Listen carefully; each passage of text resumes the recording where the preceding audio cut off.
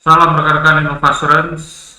Ya, mungkin rekan-rekan ada yang sudah melihat sesi di YouTube channel kita mengenai 10 menit belajar audit dan risk dengan topik machine learning ya.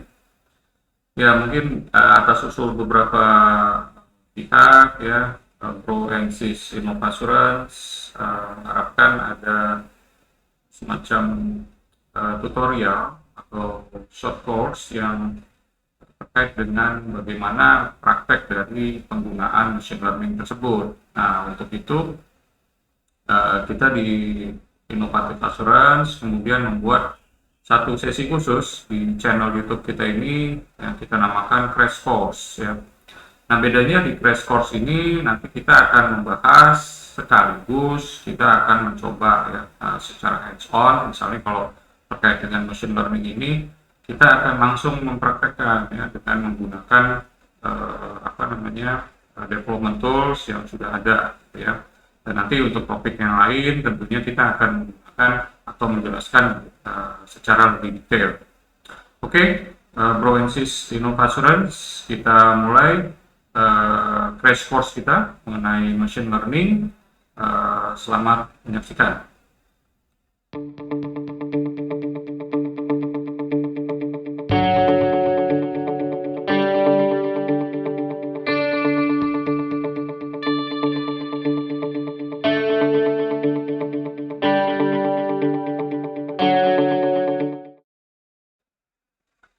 Ya, Bro and Sis Innovasurance,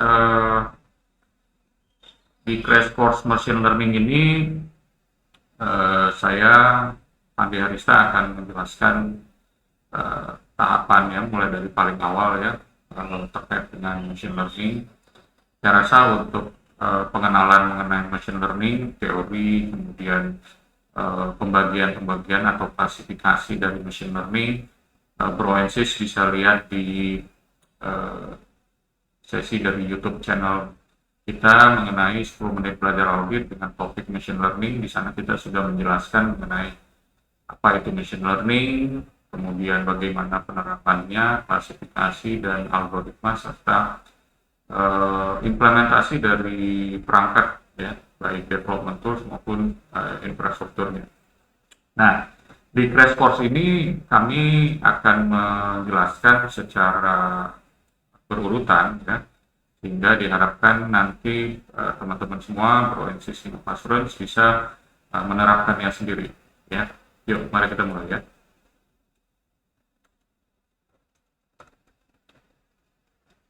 Nah, ini tahapan belajar kita di crash course mengenai machine learning ini. Jadi kita akan mulai dengan bagaimana melakukan instalasi ya. Bagaimana melakukan instalasi, tentunya instalasi terhadap development tools ya, kemudian juga perangkat-perangkat yang diperlukan. Dalam hal ini kita akan menggunakan development tools berbasis Python, dan kita juga ada nanti beberapa contoh terkait dengan penggunaan RStudio. Jadi di dalam instalasi ini kita juga sekaligus menjelaskan mengenai bagaimana melakukan instalasi Python dan juga RStudio. Kita nanti akan singgung juga di bagian instalasi ini terkait dengan Anaconda, yaitu satu distribution package untuk Python yang tentunya nanti akan lebih advance ya dalam membantu kita untuk melakukan pengembangan pemrograman machine learning berbasis Python. Kemudian untuk tahap saat ini di sesi ini kita akan lanjutkan sampai dengan data retrieval ya, Pro and Sis. Jadi kita akan selesai di dua tahapan ini, dari instalasi dan juga data retrieval. Untuk sesi berikutnya, Pro and Sis silakan ikuti lanjutannya di crash course machine learning ini, sehingga nanti diharapkan Anda semua akan memahami machine learning ini, termasuk cara pemrograman dan penerapannya sesuai dengan kebutuhan Anda. Nanti kita ada beberapa case study di sini. Dan case-case tarif ini tentunya akan digunakan untuk melakukan predicting ya. Jadi kita akan melakukan predicting. Dan kita juga nanti akan singgung di sesi berikutnya mengenai data visualization. So, kita mulai belajar kita. Semoga apa yang disampaikan sini akan bermanfaat. Ya, saya akan mulai dengan instalasi ya, di mana kita akan melakukan instalasi untuk Python Engine, kemudian Python IDE atau Integrated Development ya, kemudian ini yang biasa dikenal dengan Jupyter Notebook ya. Kemudian kita juga install setelah kita menginstall Integrated Development Environment atau Learning Environment tadi, kita akan butuh satu yang disebut dengan Distribution Package, karena Distribution Package ini akan sekaligus menyediakan Virtual Environment. Nanti saya akan jelaskan bedanya Anda menggunakan Anaconda atau Anda menggunakan tanpa menggunakan Anaconda. Dan untuk R language kita akan pelajari cara instalasi R engine-nya dan juga R Studio-nya. Oke, kita ikuti tahapan instalasinya ya. Berhubung saya sudah melakukan instalasi nih ProAnsys, maka saya akan tampilkan secara screen capture-nya ya. Dan screen capture ini cukup detail, jadi Anda nanti bisa mengikuti lah ya tahapan ini, karena Anda bisa stop dulu videonya, kemudian Anda lakukan sesuai dengan petunjuk yang ada di video ini ya. Oke. Nah, ProAnsys Innova Assurance ini adalah tahapan kita untuk melakukan instalasi Python dulu ya. Oke. Sebenarnya kalau kita bicara mengenai Python, kenapa sih kita butuh Python gitu ya? Karena pada prinsipnya sebenarnya ada dua development tools yang digunakan untuk melakukan programming atau coding machine learning. Kenapa perlu programming atau coding? Karena pada prinsipnya machine learning ini akan melakukan pembacaan data, terutama data historis, dan jumlah data ini juga besar ya, sehingga komputer kita butuh diprogram untuk mulai dari membaca data, kemudian melakukan analisa ya, istilahnya melakukan analisa data, dan kemudian bisa melakukan prediksi berdasarkan model yang sudah dibuat. Nah, model ini kalau Anda lihat di sesi kita sebelumnya, di 10 menit belajar audit dan risk mengenai machine learning, Anda bisa tahu bahwa model ini terbagi dua, yaitu supervised learning dan juga unsupervised learning. Kalau Anda ingin memahami dulu background atau dasar-dasar mengenai machine learning, saya sarankan Anda mengikuti di video atau sesi kita sebelumnya. Anda bisa lihat ya mengenai nanti saya akan tambahkan di link di deskripsi video kita mengenai pengenalan mengenai machine learning ya. So, ini diasumsikan ProAnsys sudah paham apa yang dimaksud dengan machine learning dan sekarang tertarik ya untuk menerapkannya dan menggunakannya gitu ya. Kita akan mulai dari tahapan pertama, yaitu instalasi. Dan seperti saya sampaikan tadi, ada dua development tools yang digunakan, yaitu Python dan juga R language ya. Kita mulai dari Python dulu. So, Python sendiri sebenarnya pilihan distribusinya yang saat ini paling banyak digunakan ada dua, yaitu Anaconda, Conda, dan Pip ya. Nah, dua-duanya nih memungkinkan adanya instalasi Python package ya. Python package ini tentunya dengan beberapa package library yang standar gitu. Cuma bedanya kalau di Conda dia sudah built-in dengan virtual environment ya. Nanti kita akan singgung apa itu virtual environment. Kalau Anda membutuhkan adanya satu lingkungan khusus ya supaya program Anda itu berjalan dengan settingan yang berbeda, maka Anda bisa set virtual environment yang berbeda gitu ya. Secara package format ini tidak banyak perbedaan ya. Kemudian nah yang penting juga di sini adalah dependency checks ya. Kalau dengan Conda, maka kalau Anda menggunakan satu package atau library ya istilahnya, maka antara satu package dan package lain itu saling terkait teman-teman ya. Jadi Anda bisa berasumsi bahwa misalnya kalau Anda mau membuat mobil, maka Anda butuh package mesin, bodi mobil, Anda butuh package ban ya misalnya, dan sebagainya ya. Nah, sementara kalau Anda mau menggunakan atau menginstall package ban tadi, si package ban ini juga membutuhkan package lain gitu ya, misalnya karet ban ya, kemudian velg dan sebagainya. Jadi antara satu package dengan package lain di Python ini sama seperti R language juga itu saling terkait, sehingga ada yang disebut dengan dependensi, ketergantungan ya. Nah, dependency check ini yang dilakukan atau bisa dicek oleh si distribusi yang disebut dengan Anaconda ya. Nah, bedanya kalau di pip nggak bisa, nanti kita akan muncul error saja. Jadi kalau misalnya Anda menginstal satu package, maka pip tidak melakukan dependency check ya. Anda sendiri yang mesti tahu, dan tentunya nanti ada tersedia banyak white paper atau library dan panduan-panduan di internet untuk mengetahui keterkaitan antara satu package dengan package lain gitu ya, atau satu library dengan library lain. Yang jelas kalau nanti muncul error ya berarti Anda harus memastikan bahwa memang message error itu dia meminta adanya instalasi terhadap package-package yang lain yang harusnya sudah ada gitu, kalau Anda ingin menjalankan suatu package tertentu ya. Oke. Saya nggak akan go in detail karena mengingat waktu ya, tapi saya rasa dengan adanya tabel ini Anda sudah paham bedanya antara Conda dengan pip. So pip sendiri dalam hal ini kita mesti download dulu ya.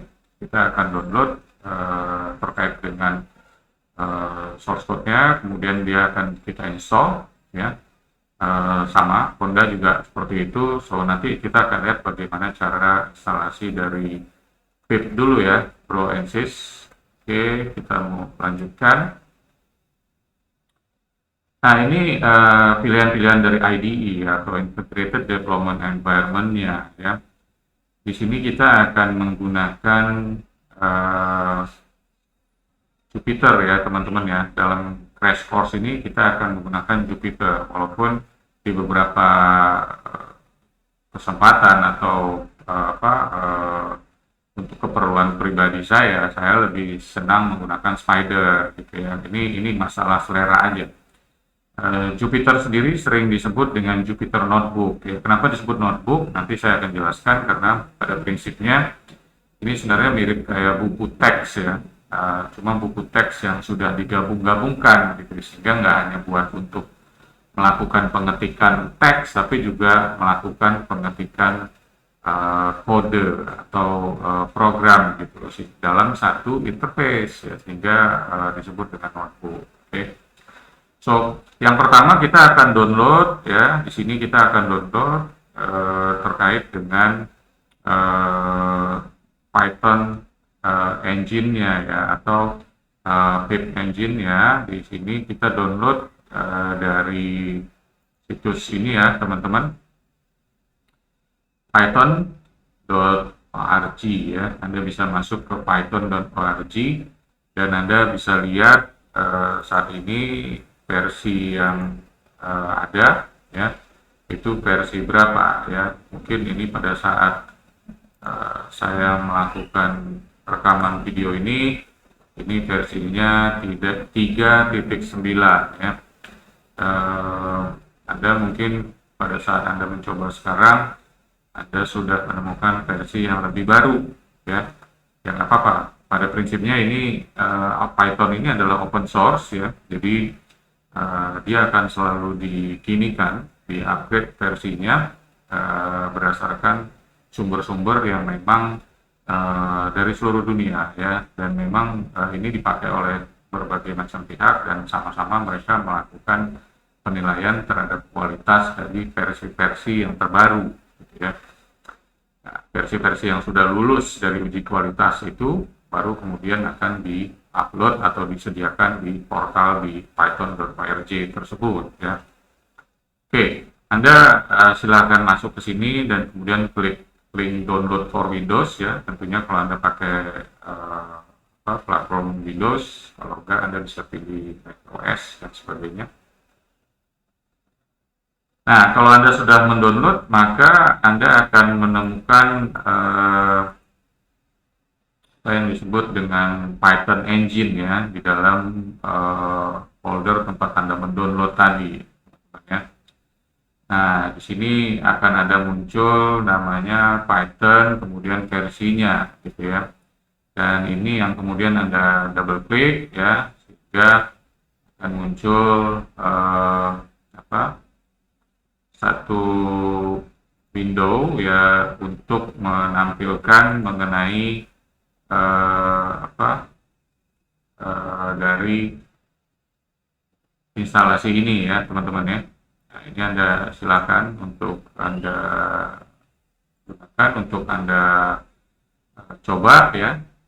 Anda tinggal klik install now aja ya, dan kemudian dia akan melakukan setup atau instalasi ya sampai progress bar ini selesai, dan kemudian Anda klik aja optional features yang harus disertakan ya, apakah dokumentasi, PIP dan sebagainya gitu ya, karena PIP sendiri adalah IDE atau Integrated Development Environment yang sudah include ya, sudah include di dalam package dari si Python engine tersebut.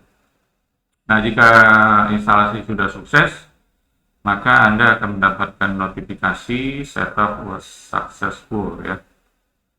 Nah, berikutnya Anda bisa melakukan pengecekan nih ya, bro and sis. Anda bisa cek apakah si instalasi itu sudah sukses. Anda bisa masuk ke folder atau directory, working directory Anda. Dalam hal ini seperti ini ya, dan Anda bisa ketikkan di sini Python ya, Python, kemudian space atau spasi, kemudian Python ya, dash ya, 2 kali, ini tanda minus seperti itu ya. Anda bisa lihat di keyboard di sebelah tanda plus ya, atau angka 0. 2 kali baru Anda ketik version, kemudian Anda enter dan dia akan memunculkan versi dari Python engine yang terinstall ya. Nah, ini kalau sudah muncul seperti ini berarti instalasinya sudah sukses ya, dan Anda bisa coba untuk masuk ke ke IDE-nya dengan mengetikkan pip ya. Kemudian Anda bisa coba di sini untuk menggunakan perintah print spasi dalam kurung tes. Ini Anda nggak usah coba dulu juga nggak apa-apa, karena kita konteksnya masih instalasi dan ini hanya menguji hasil instalasinya ya, bro and sis. Oke. Saya rasa itu. Kemudian setelah Anda install engine, Anda akan install IDE yang saya sampaikan tadi yang disebut dengan Jupyter ya. Jupyter ini Anda mesti download juga ya, dan pada prinsipnya sebenarnya Anda akan melakukan download ini pada saat Anda menggunakannya melalui pip ya. Caranya adalah Anda cari folder tempat Python engine tadi sudah terinstall ya, biasanya ada di sini ya. Nah, ada di app data, lokal, kemudian programs, Python, ya. Oke, Anda masuk, ya. Kemudian, nah di sini Anda akan temukan adanya executables, ya. Salah satunya adalah pip, ya. Oke. Kemudian Anda bisa aktifkan command prompt, ya. Ya, dan Anda bisa masuk ke Python scripts, ya. Nah, di sini ada Python scripts, ya, teman-teman, ya. Foldernya, jadi Anda menuju ke folder app data, lokal, program, kemudian Python 39, ya, 39 ini tadi kan versinya 39, kemudian scripts, ya. Dan Anda mengetikkan perintah seperti ini, ya. Dan pastikan koneksi internet Anda on, ya, teman-teman. Jadi Anda ketikkan perintah ini dengan koneksi internet yang aktif, ya. Pip install Jupyter, ya. Jadi setelah Anda mengetikkan pip install Jupyter, maka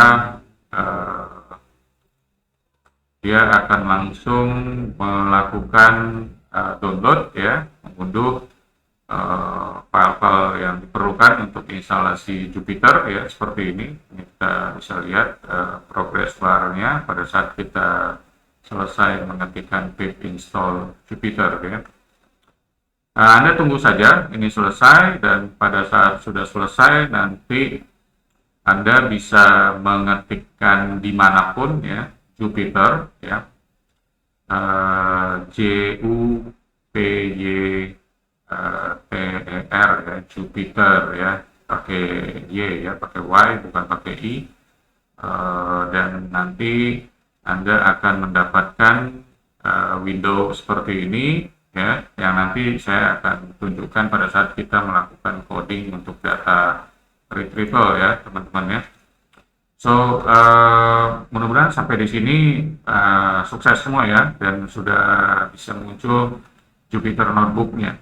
Nanti kita akan kembali ke sini pada saat kita melakukan coding untuk data retrieval. Oke, kita lanjutkan dulu untuk melakukan instalasi terhadap Anaconda. Anda bisa skip ini, ya, jika misalnya Anda nggak terlalu membutuhkan Anaconda, dan memang untuk crash course ini materi kita sampai nanti dengan selesai kita cukup bermain di Jupyter saja dan dengan IDE-nya pip, ya. Tapi untuk kebutuhan yang lebih advance saya sarankan Anda juga install Conda, ya. So, Anda masuk kemana? Anda bisa masuk ke sini, ya, teman-teman, anaconda.com. Kemudian Anda pilih di menu produk sini individual edition, ya. Ini adalah open source distribution untuk Anaconda. Kalau Anda ingin yang versi berbayar, ya Anda bisa pilih yang di bawah ini, ya, komersial dan seterusnya. Oke, setelah Anda download, ya, ini seperti yang terlihat, ini sudah di-download, ini filenya, dan Anda silakan menginstall, ya. Window instalasinya muncul dan Anda klik next, ya. Pada saat next nanti kalau sudah selesai maka Anaconda-nya akan langsung terinstall dan Anda bisa lihat di Windows Anda bahwa ada satu aplikasi baru yaitu Anaconda. Kalau Anda ingin mengaktifkan Anaconda, ya simple, Anda tinggal bisa cari Anaconda dan Anda run saja langsung, Anaconda-nya akan jalan. Simple as that, ya, untuk instalasi Anaconda.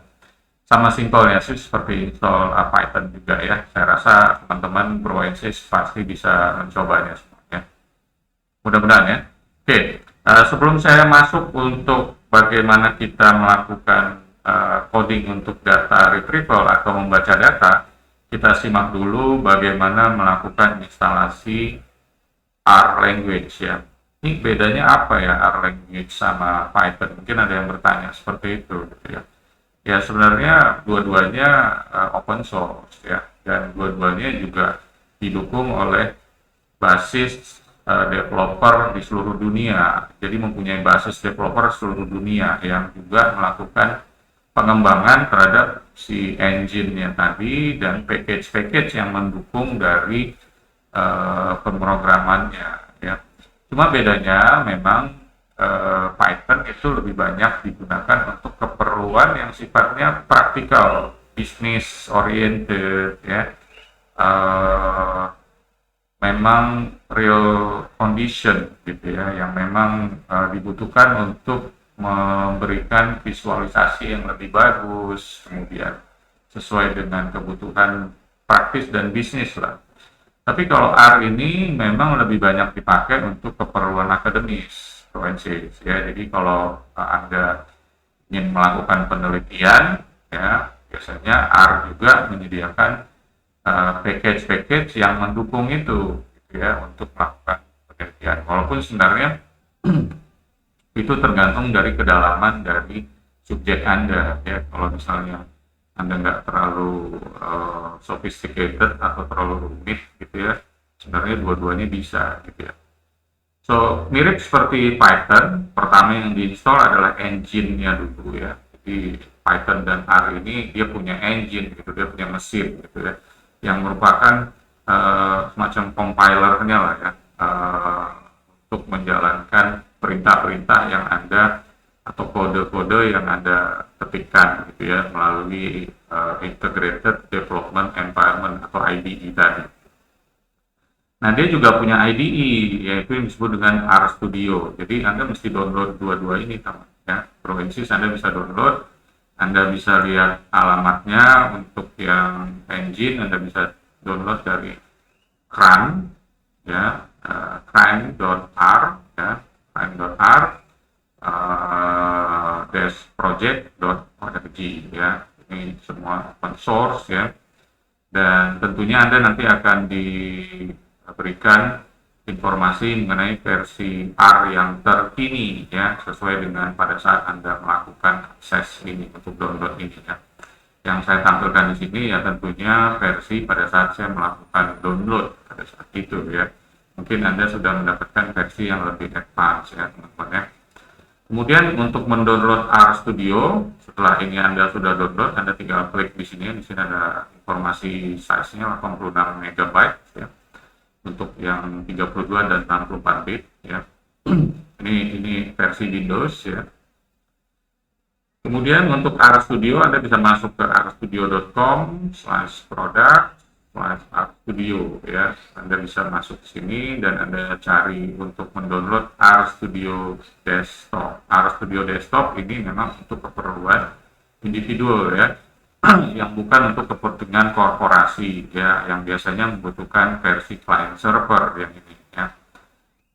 Anda silakan download ini untuk keperluan kita, untuk crash course kita ini mengenai machine learning, dan nanti di beberapa contoh kita juga akan menggunakan Python dan juga RStudio. So saya sarankan rekan-rekan semua memiliki dua development tools ini ya, baik ya Python maupun R ya.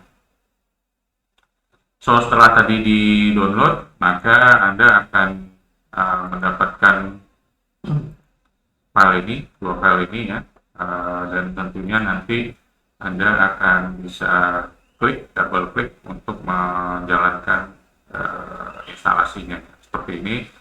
Anda tinggal klik next saja sampai kemudian selesai ya. Pada saat selesai sama seperti Anaconda tadi, Anda bisa tes running RStudio-nya. Anda bisa ke Windows ya, kemudian Anda cari aplikasi RStudio dan Anda run. Jika sudah muncul, maka berarti RStudio Anda sudah sukses terinstall. Nah, kita tadi sudah lihat bagaimana instalasi untuk untuk Python dan juga RStudio ya, Bro and Sis. Sekarang biasanya ya, seperti saya sampaikan, kita kan juga membutuhkan data-data contoh gitu ya. Tentunya nanti data-data contoh ini untuk keperluan crash course itu Anda bisa dapatkan di beberapa sumber ya. Anda bisa googling atau Anda menggunakan contoh data Anda sendiri juga nggak apa-apa. So, ada beberapa open source dataset sampel origin ya yang biasa digunakan, yaitu yang pertama adalah Kaggle. Ya, Kaggle ini adalah satu portal yang menyediakan berbagai macam dataset sampel yang bisa Anda download ya. Anda mesti register dengan menggunakan user Google Anda, dan kemudian Anda bisa mencari ya contoh-contoh data yang ada di sini yang cocok untuk keperluan Anda belajar. Oke. Untuk dalam hal ini Anda bisa ambil beberapa data, dan nanti dalam beberapa kesempatan saya juga akan contohkan sumber-sumber data itu Anda bisa dapatkan dari mana ya. Atau Anda bisa membuat sampel data sendiri ya, Bro Ensis. Anda bisa masuk ke sini, generatedata.com ya. Kemudian di sini ada interface-nya ya untuk menginputkan data yang Anda butuhkan ya. Di sini misalnya nih Anda mau bikin satu data-data contoh ya, ini data-data inilah maksudnya bohong-bohongan gitu ya. Ya, tapi dia bisa langsung menyediakan format sesuai dengan yang diinginkan. Misalnya di sini kalau kartu kredit misalnya gitu ya, dia akan mengenerate sendiri nih nanti nomor-nomor wallpen. Ini bukan nomor-nomor yang real ya, ini nomor bohongan semua gitu ya, tapi dia menggunakan format yang standar, misalnya 16 digit gitu kan. Nilai transaksi ini adalah field kedua ya, contoh ini tipe datanya Anda bisa tentukan number misalnya dari angka berapa, minimum value sampai maksimum value-nya berapa. Kemudian misalnya lokasi transaksi, di sini Anda bisa pilih. Nah, bagusnya ya generatedata.com ini dia bisa menggunakan berbagai macam jenis data type ya, termasuk di sini misalnya latitude dan longitude yang merupakan informasi GPS ya atau lokasi ya yang secara global gitu. Nah, Anda bisa pilih dua-dua, latitude dan longitude. Kemudian misalnya jenis transaksi adalah tipenya custom ya atau pilihan ya, dan Anda bisa inputkan pilihan-pilihan yang ada. Misalnya di sini adalah pilihannya e-commerce, ATM atau merchant ya. So Anda bisa create ini, misalnya Anda mau buat data contoh untuk 50 record. Nah, di sini Anda bisa input 50 rows gitu ya. Kemudian ada tombol generate nanti, dan automatically hasilnya bisa Anda download ya. Oke. Dimana Bro Ensis tentunya dengan petunjuk tadi harusnya Anda semua sudah bisa ya melakukan instalasi ya. Oke. Jika Anda sudah bisa melakukan instalasi, maka kita bisa lanjutkan ya ke tahapan berikutnya. Dalam hal ini adalah tahapan untuk melakukan pembacaan data ya. Oke, kita sudah selesai instalasi dan kita akan masuk ke tahapan berikutnya, yaitu data retrieval ya.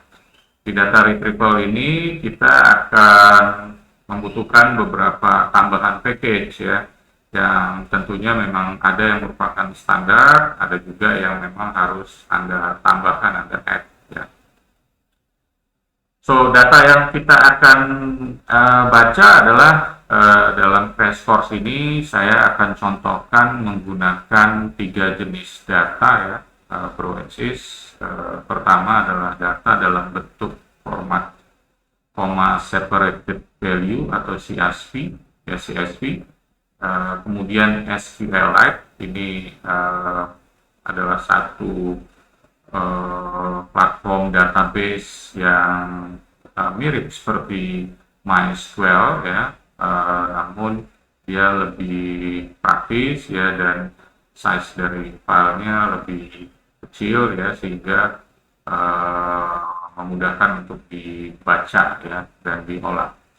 SQLite ini tentunya versinya open source juga ya. Provinsis kalau ingin mendapatkan informasi mengenai SQLite, nanti kita akan buatkan satu sesi khusus ya mengenai SQLite, bagaimana meng-create database, kemudian membuat table, kemudian mengisi table data ke dalam SQLite tersebut. Tapi kalau Anda lebih senang menggunakan data-data yang versi yang lain, sebenarnya Python dalam hal ini dan R juga memungkinkan untuk membaca versi yang lain ya. Anda silakan nanti bisa berkreasi. Namun dalam untuk kepentingan crash course kita akan batasi 3 ini, yaitu separated value atau CSV, yaitu data yang dalam bentuk pemisahannya menggunakan koma ya, atau tab atau spasi, kemudian SQLite, dan yang terakhir Excel ya. Anda juga bisa membaca data yang tersimpan di Excel. Oke, kita akan coba untuk data retrieval ini. Tapi sebelumnya saya akan sampaikan sedikit mengenai package-package yang memang diperlukan untuk proses pembacaan data dan pengolahan data. Yaitu yang ada pertama adalah namanya Pandas ya. Teman-teman nanti akan banyak mengenal ya package-package ini ya. Jadi Anda akan sangat memahami bahwa ternyata Python sendiri selain dia punya basic untuk libraries, dia membutuhkan tambahan libraries atau package yang untuk membuat satu program Python yang lebih rumit gitu ya, yang lebih detail. Nah, itu harus Anda install ya.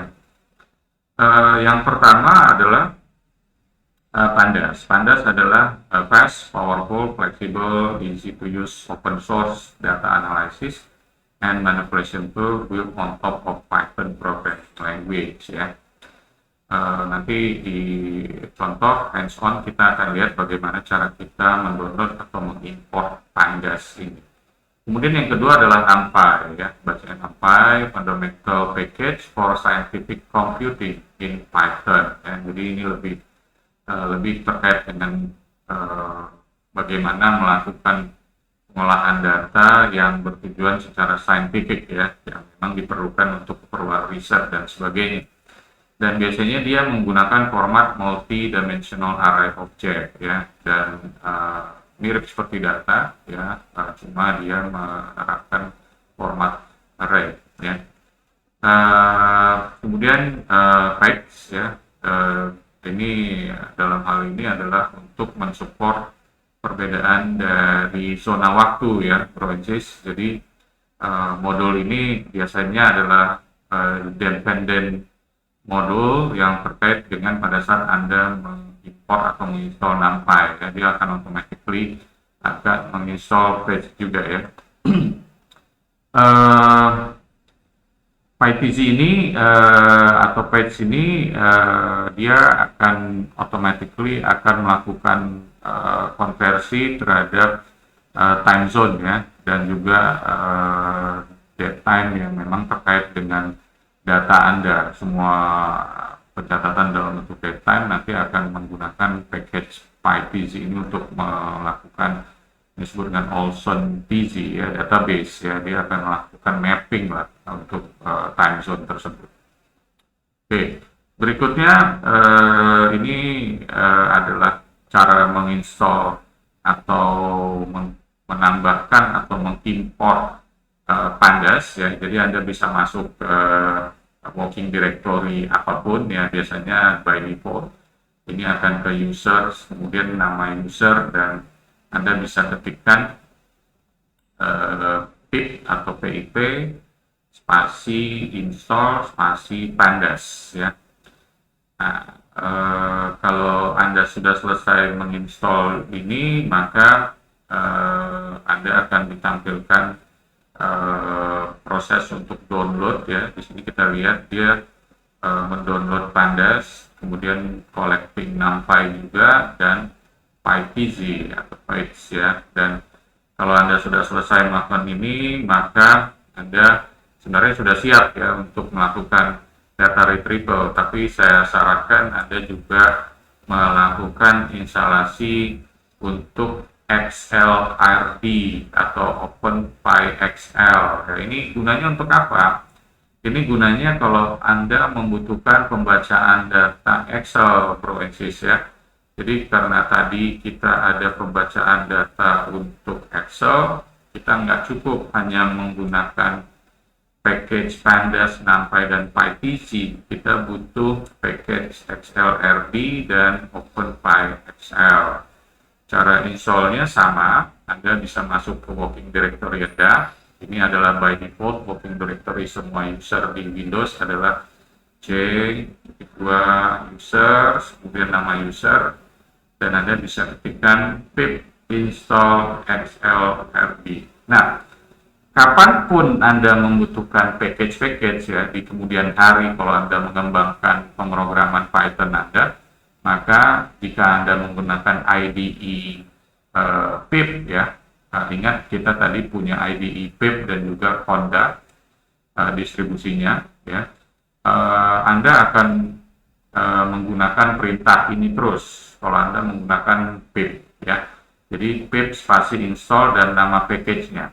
Nama package-nya ini Broensis bisa lihat di internet juga ya, ke python.org Anda bisa lihat di situ nama-nama package dan kegunaannya. Tapi untuk keperluan kita sekarang kita akan menggunakan tadi Pandas, NumPy, PyTC, dan XLRB dan OpenPyXL. Ya, ini semua kita udah install. Ini Anda bisa lihat kita udah install XLRB, kemudian kita udah install OpenPyXL ya.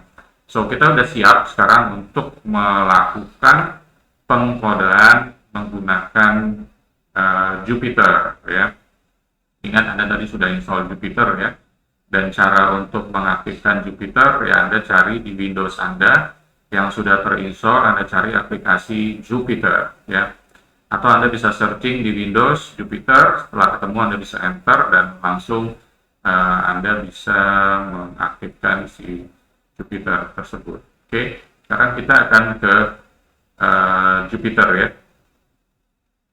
Kita masuk ke Jupyter setelah tadi Anda ke Windows, kemudian Anda Anda cari Jupyter, maka automatically Anda akan membuka satu tab di browser Anda, misalnya di Chrome, untuk Jupyter. Dan biasanya Jupyter ini akan muncul tampilan awal berupa seperti ini ya teman-teman ya. Ini tampilan awalnya. Ini semacam kayak Anda melihat file explorer ya, atau dokumen folder ya. Dan memang ini adalah dokumen folder yang ada di dalam working directory Anda, gitu ya, yang ada di working directory. Ini ada di dalam working directory di internal disk saya, gitu ya. Dan jika Anda ingin membuat file baru, maka Anda bisa mengetikkan new, ya, new, kemudian Anda bisa pilih Python 3 ya. Oke, saya akan contohkan di sini ya. Kita bisa ke file, kemudian Anda bisa pilih new notebook ya, kemudian Python 3 ya. Di sini dia akan memunculkan satu notebook baru ya.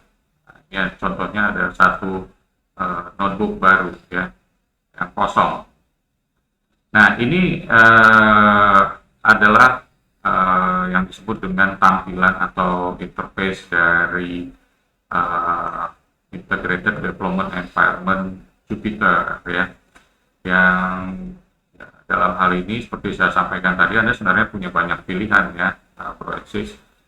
Ini bentuknya seperti Anda mengetik di MS Word ya sebenarnya ya, kalau Anda lihat tampilannya. Dan di sini Anda bisa ketikkan dalam bentuk perintah, program, atau coding, atau Anda bisa bikin dalam bentuk tulisan biasa yang bukan perintah Python, misalnya ini disebut markdown, yang misalnya kayak subtitle, atau misalnya heading, ya, semacam title atau judul, ya, sehingga nanti Anda bisa mendapatkan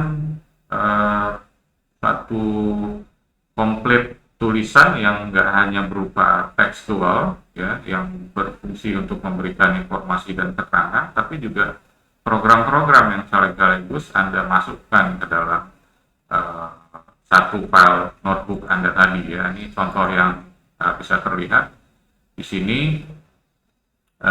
Saya sudah ada satu ya, dan di sini kalau Anda lihat di sini warnanya hijau kalau memang kita fokuskan untuk melakukan editing ya teman-teman ya. Ini kita melakukan editing ya. Nah ini kalau saya tekan escape, maka dia akan berubah antara editing menjadi coding ya.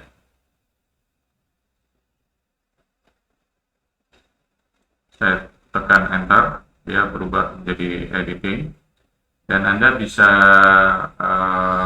tambahkan atau sisipkan satu sel baru. Misalnya Anda mau tambahkan di atas, itu Anda bisa tekan A atau Anda tekan B ya.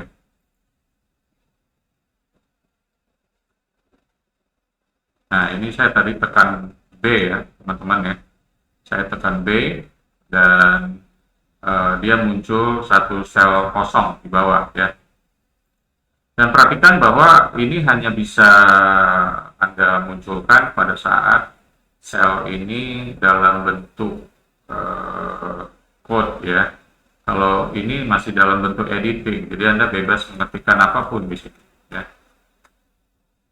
Nah, tapi kalau Anda tekan escape, dia akan berubah menjadi code ya.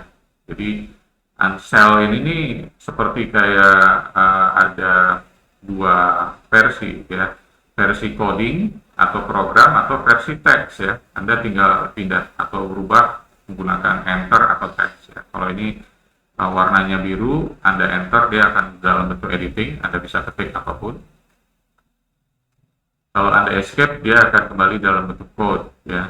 Dan di sini Anda bisa istilahnya untuk menampilkan perintah-perintah shortcut yang ada di atas ini ya teman-teman ya. Termasuk kalau misalnya Anda mau menghapus satu sel ini kan, di sini kita bisa lihat ya, untuk delete cell, satu cut cell, Anda bisa pakai X, delete cell bisa pakai tekan D 2 kali ya. Di sini saya coba ya, saya tekan X dan itu dia langsung hilang ya.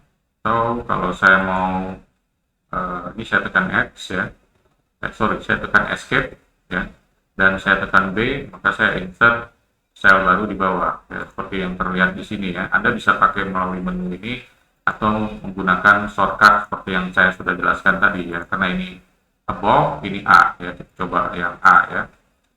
Ini kita escape dulu, kemudian kita A. Nah, ini A, dia akan muncul di atas ya teman-teman ya. Kalau kita nggak perlu, kita X, kita delete. Ini juga kita escape dulu supaya dia menjadi perintah atau code, kita X ya. So kira-kira seperti itu ya. Anda menghandle bagaimana text editor atau code editor di notebook ini. Anda bisa switch atau bisa pindah gitu antara text editor atau code editor, itu ya bedanya ya. So ini saya akan contoh pertama, kita akan bikin semacam remark ya teman-teman. Kalau kita bikin remark, kita bisa mulai dari sini ya, dari tagar ya. Anda ketik tagar, baru kemudian Anda bisa input atau ketikkan nama atau teks yang ingin Anda pakai sebagai heading atau keterangan tersebut ya, atau remark tersebut ya. Ya kalau misalnya Anda mau mengetikkan satu perintah khusus ya, maka Anda bisa ketikkan ya di sini. Misalnya Anda print ya, kemudian automatically dia akan hello ya. Oke, nah ini Anda udah mengetikkan. Ini yang Anda ketikkan adalah satu baris perintah atau kode. Tapi kalau saya ganti ini dengan ketikan apapun ya, ini teks gitu ya, dan saya enter, maka dia akan menambahkan baris tambahan berikutnya.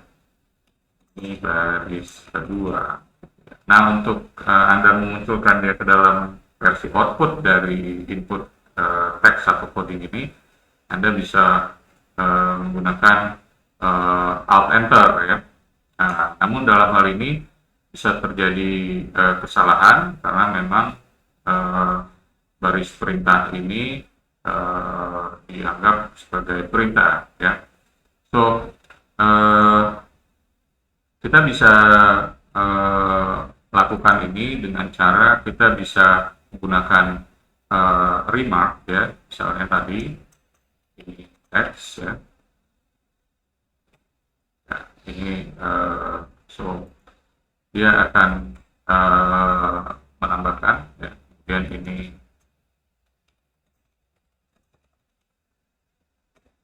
ya seperti ini ya, atau misalnya perintah ini Anda ganti menjadi bentuk markdown ya teman-teman ya, sehingga automatically ini akan dibaca sebagai satu subtitle, heading atau remark ya.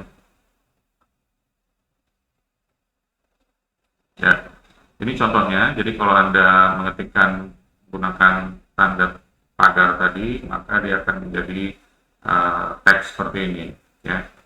Ini saya akan mencontohkan bagaimana mengetikkan dalam bentuk numbering seperti ini ya.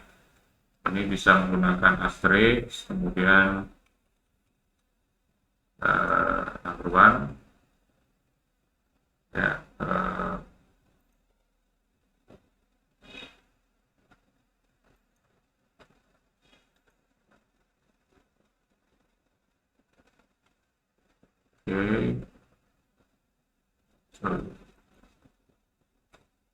Ya, ini contohnya. Ya, kalau Anda misalnya ingat ini versinya adalah markdown ya. Jadi saya ganti dulu ke markdown. Ya, asterisk ini nomor 1. Dan saya enter ini nomor 2. Ini nomor 3. Ya, kira-kira seperti itu. Kemudian untuk mengaktifkan outputnya atau runnya dengan Alt Enter. Ya, ini akan muncul seperti itu. Jadi sebenarnya tekstual ini ya sebenarnya akan menjadi satu pengantar gitu ya, atau apa istilahnya introduction atau baris-baris atau bagian-bagian dari notebook ini yang menjelaskan program Anda gitu ya. Sementara programnya sendiri itu Anda sisipkan di baris yang lain. Misalnya ini adalah satu perintah atau program ya. Karena di sini tipenya saya pilih adalah code ya. Misalnya hello world ya, ini kemudian ada alt enter. Nah, ini adalah output dari si program tersebut ya. Tergantung program Anda seperti apa. Nanti kalau misalnya kita melakukan pembacaan data ya, automatically dia akan menjalankan perintah dari pembacaan data tersebut. Oke, ini kita hapus saja ya.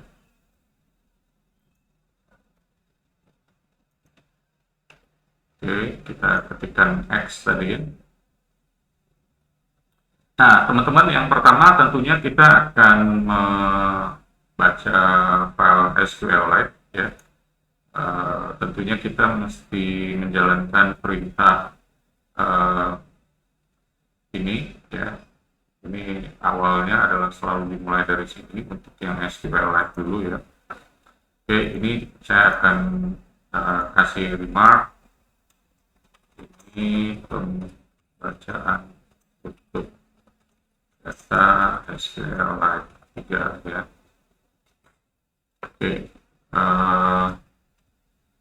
yang pertama saya udah ketikkan, tapi kalau Anda belum ketikkan, Anda bisa ketikkan seperti ini, import spasi SQLite 3 spasi S spasi SQ3.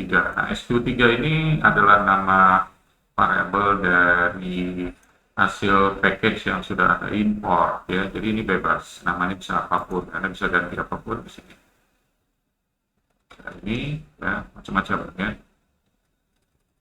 Oke, Anda bisa alt enter.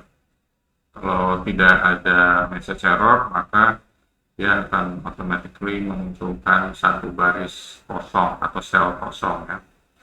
Nah, Anda udah import SQLite 3. Nah, sekarang uh, kita akan import untuk operating system supaya kita bisa mengecek working directory ya. Kita dengan cara import import spasi OS. Kemudian kita ketikkan perintah ini ya. Ini tidak ada masalah ya. Kemudian untuk melihat working directory kita bisa menggunakan perintah ini ya, provinsi print dalam kurung os.get cwd buka kurung tutup kurung dan tutup kurung lagi ya. Nah, di sini working directory saya memang working directory default, yaitu c users dan nama user ya. Nah, Anda bisa lakukan semacam perintah dir juga ya dengan menggunakan ls ya. Nah, ini semacam perintah dir ya di ls di notebook ya dengan perintah ls.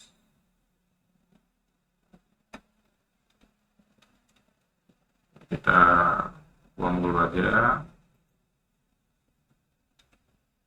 Oke, kemudian kita mau mengganti directory ya. Kita mau mengganti directory yang ada. Nah, ini kita bisa pakai perintah seperti ini, teman-teman ya. Bisa, ini tergantung directory Anda ada di mana, terserah aja, bebas ya. Pakai perintah os.chdir ya. Kemudian dalam kurung nama atau lokasi dari directory yang Anda inginkan gitu ya. Oke, setelah Anda mengetikkan perintah ini, maka jika Anda menggunakan komen ini, saya bisa ketikkan ulang ya, atau saya bisa copy paste ya, os.get cwd. Nah, di sini kita bisa melihat bahwa working directory-nya sudah berubah dari ini menjadi ini ya. Outputnya langsung kelihatan di bagian bawah. Oke, sekarang kita akan membaca file SQLite. Tadi kita sudah lakukan perintah ini ya, import SQLite as SQ3 misalnya. Dan di sini saya punya contoh satu file database namanya baseball.db. Kalau teman-teman mau cari contoh file database seperti yang saya sampaikan tadi, Anda bisa cari di Kaggle ya, atau Anda bisa cari dari sumber lain ya. Nah, saya masukkan nama file dari database tersebut ke variabel log data. Jadi log data sama dengan baseball dalam tanda kutip ya. Ini enter, kemudian Anda bisa shift enter ya, tapi kalau Anda alt enter maka Anda langsung dikasih baris kosong ya. Kalau nggak mau, misalnya kayak contoh saya sudah ada source code-nya, bisa shift enter saja ya. Log data udah. Kemudian perintah berikutnya adalah Anda mesti melakukan koneksi terhadap lokasi data tersebut atau nama file database tersebut dengan perintah seperti on sama dengan sq3 titik connection log data ya. Log data adalah nama file SQLite database tadi ya, yang sudah Anda definisikan di atas. Nah, ini perintahnya Anda bisa shift enter ya. Kalau dia tidak masalah maka di sini akan berubah jadi asterisk sebentar dan kemudian Anda bisa pindah ke baris berikutnya ya. Nah, di sini perintah berikutnya adalah Anda mengetikkan cursor ya. Cursornya sama dengan on yang sudah Anda definisikan di atas tadi, kemudian dot cursor, Anda buka kurung tutup kurung.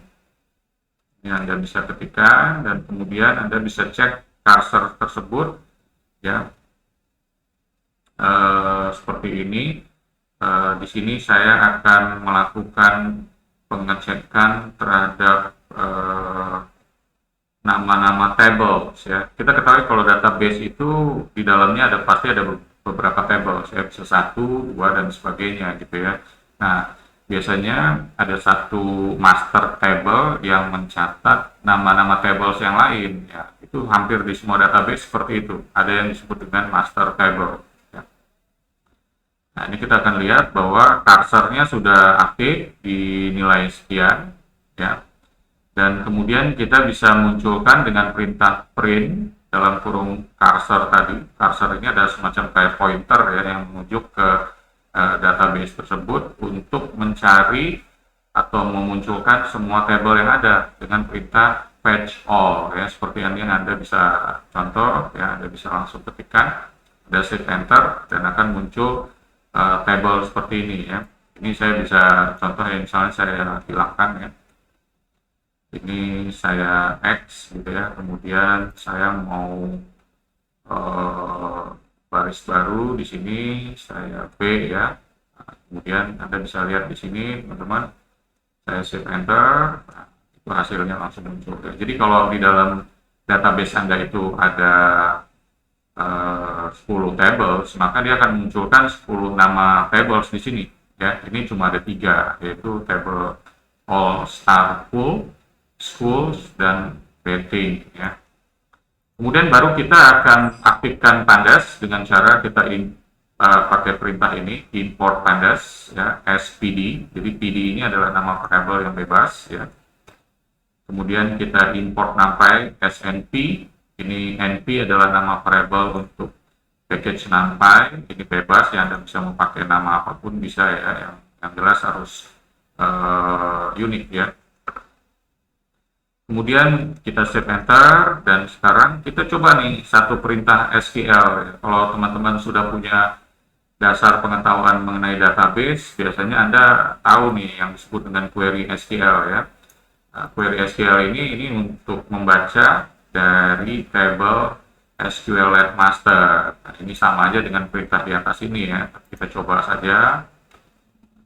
Kita save enter, kita save enter ya di sini. Nah, ini hasilnya dia langsung memunculkan ya pada saat Anda print observation seperti ini. Nah, sekarang kalau misalnya kita mau membaca dari satu tabel tertentu, tadi kita lihat di atas ini kita punya tabel schools ya. Ya, nah kita bisa ketikkan perintah seperti ini. Ini semua dimasukkan ke dalam variabel observation. Anda bisa pakai nama variabel apapun ya untuk mengetikkan perintah query-nya ya. Ini perintah query yang tadi ya. So di sini saya mau mengetikkan perintah query select bintang from schools. Jadi nama tabelnya adalah school dan saya ingin menampilkan semua data yang tersimpan di table schools masuk ke variable observation dengan perintah seperti ini. Nah, ini sudah muncul ya. Dan dengan perintah observation add ini kita bisa melihat ya 5 record teratas atau terawal dan 5 record terakhir yang ada di database, di table yang Anda mau tampilkan, dalam hal ini di table schools. Nah, ternyata di table schools ini dia memiliki 1206 record ya. Ini adalah nama-nama sekolah ya, nama-nama sekolah dan daerahnya di Amerika sana gitu ya. Jika kolomnya terlalu banyak maka dia akan pindahkan sisanya ke bawah ya, dan menggunakan baris berikutnya di sini. Nah, kita lihat di sini adalah kolom terakhir atau field terakhir adalah country ya. Kolom-kolom lain kita bisa lihat di sini ada index ya, kemudian school ID, kemudian nama, kemudian city state ya, kemudian state dan country ya. Dengan total rows-nya adalah 1207 ya, karena dihitung dari 0 ya. 1207 rows, 6 columns. Anda bisa lihat di sini keterangannya ya, teman-teman. Oke, ini Anda sudah berhasil nih membaca data yang ada di database SQLite yang ada di working directory Anda ya. Ini pembacaan data dengan SQLite. Anda bisa tampilkan data tersebut ya yang tadi Anda baca masuk ke dalam variable observation dengan perintah print observation seperti ini. Atau kalau Anda ingin tampilannya lebih enak dibaca, Anda langsung klik aja observation seperti ini. Hasilnya akan lebih rapi ya. Tapi tetap informasinya sama. Oke, kita lanjutkan pembacaan data CSV ya. Ini kita juga tetap menggunakan pandas ya. Jadi kita bisa import pandas PD2. Kenapa saya pakai PD2? Karena kalau PD yang awal sudah saya set untuk pembacaan data SQLite 3 ya. Anda bisa aja menggunakan PD yang awal tadi, cuma artinya nanti pada saat Python ini membaca data, maka dia akan menimpa datanya ya. Jadi saya membuat satu variabel baru yang bernama PD2 ya. Kemudian saya tampilkan saya masukkan lokasi data yang hasil pembacaan di nama variabelnya adalah data CSV ya. Ini kita save enter, tidak ada masalah, dia udah running. Kemudian perintah untuk membaca data CSV adalah nama PD-nya tadi, nama pandasnya, variabel pandas, titik read underscore CSV. Ya, baru kemudian Anda masukkan lokasi atau nama file dari data CSV tersebut. Nah, dalam hal ini saya sudah menggunakan atau mempunyai data yang bernama Iris ya, yang saya dapat dari Kaggle. Teman-teman bisa download itu dari Kaggle. Saya sudah sampaikan tadi di awal mengenai sumber data open source yang Anda bisa gunakan menggunakan user Google ya, yang disebut dengan Kaggle ya. Anda bisa download ini data contohnya dan Anda bisa menggunakan perintah read CSV kemudian nama file CSV-nya. Oke, ini kita run, save enter, dia sudah jalan ya. Ini adalah baris-baris kode yang sudah aktif ya. Anda bisa lihat dia berubah ya berdasarkan save enter yang saya tekan tadi. Kemudian kita bisa munculkan si isi dari datanya ya, seperti hal yang di atas ini observation. Kita pakai data CSV, jadi kita cukup ketikkan data CSV dan save enter ya. Nah, langsung sudah ada hasilnya di sini teman-teman ya. Kita bisa lihat ada 149 rows, 5 field atau 5 kolom ya. Ini 5 teratas dan ini 5 terbawah. Ini adalah bunga iris ya, data bunga iris yang terkait dengan hasil pengukuran kelopak bunganya ya, panjang kemudian lebar gitu ya, dan beberapa data lain, dan baru nama spesies dari si iris tadi, bisa setosa, virginica, dan ada beberapa jenis lagi. Nanti kita akan pakai ini pada saat kita melakukan machine learning untuk melakukan prediksi spesies ya baru berdasarkan data-data hasil pengukuran kelopak bunga iris ini ya. Oke. Sekarang kita setelah lihat pembacaan data CSV, kita akan membaca data Excel nih sekarang ya. Pro Ansys kita pakai pandas juga. Namun seperti yang saya sampaikan tadi, Anda jangan lupa melakukan tahapan pip install XLRD ya, seperti yang kita sudah perlihatkan sebelumnya tuh ya, di sebelumnya dimana kita akan install pip XLRD ya, sebelum kita melakukan proses untuk pembacaan data Excel ya. So di sini kita akan create satu variabel hasil pembacaan import package pandas, yaitu di PD3, PD3. Kemudian data Excel-nya kita kasih nama variabel data XLS dan perintahnya simple as PD3, si PD3 ini tadi, supaya dia tidak menimpa PD2 atau PD yang paling awal tadi ya, yaitu PD saja.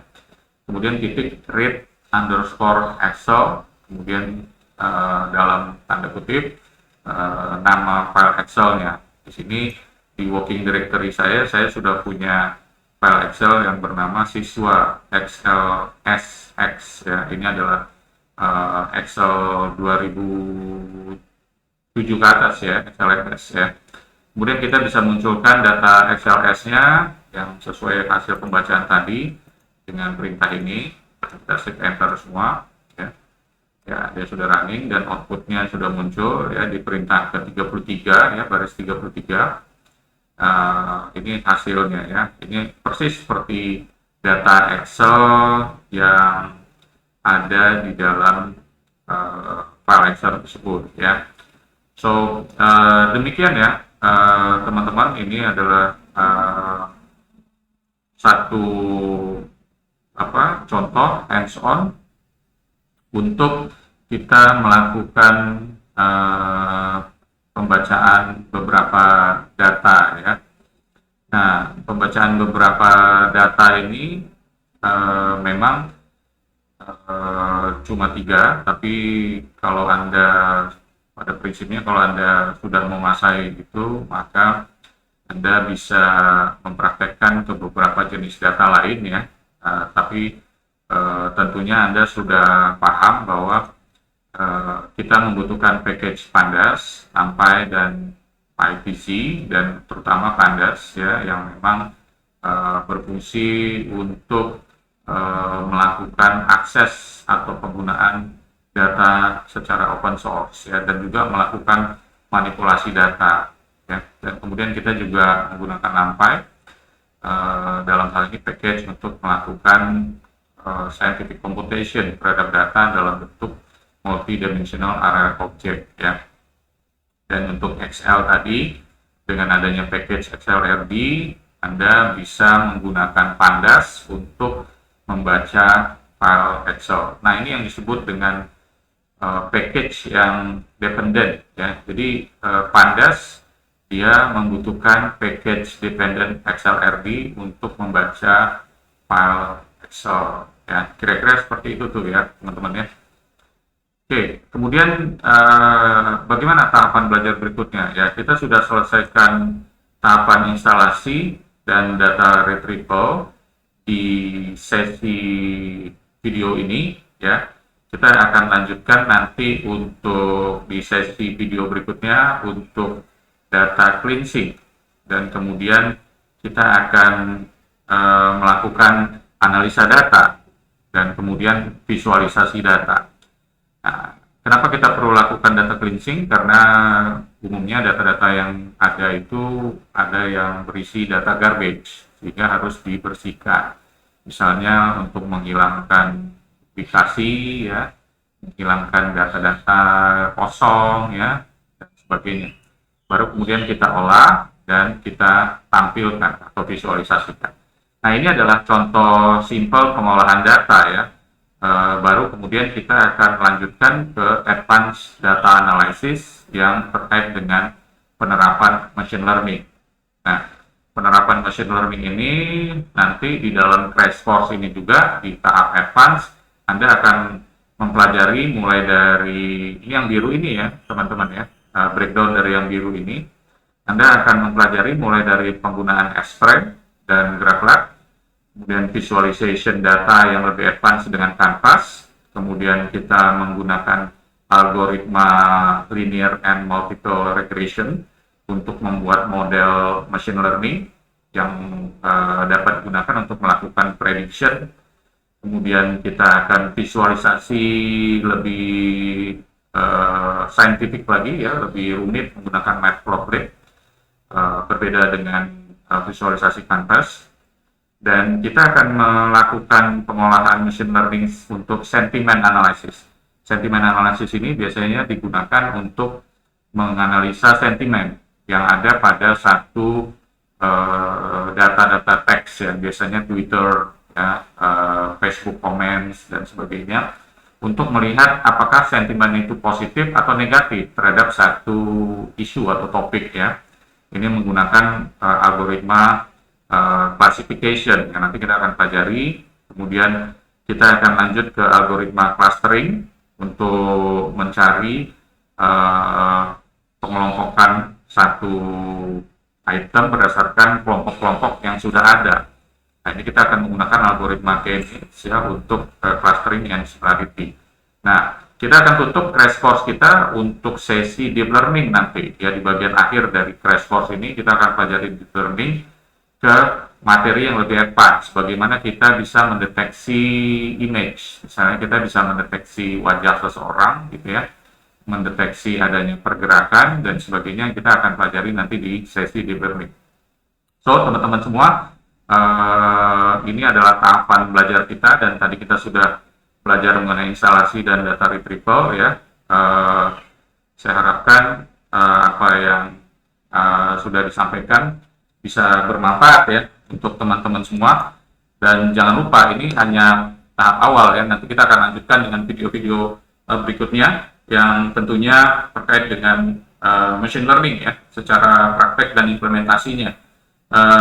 Kita tunggu sesi berikutnya, dan tetap dukung channel belajar kita ini, channel Inovatif Assurance, dengan cara Anda melakukan subscribe ya, dan klik tombol lonceng sehingga nanti tidak ketinggalan topik-topik berikutnya. Saya Pandi Arista, terima kasih atas perhatiannya. Assalamualaikum warahmatullahi wabarakatuh.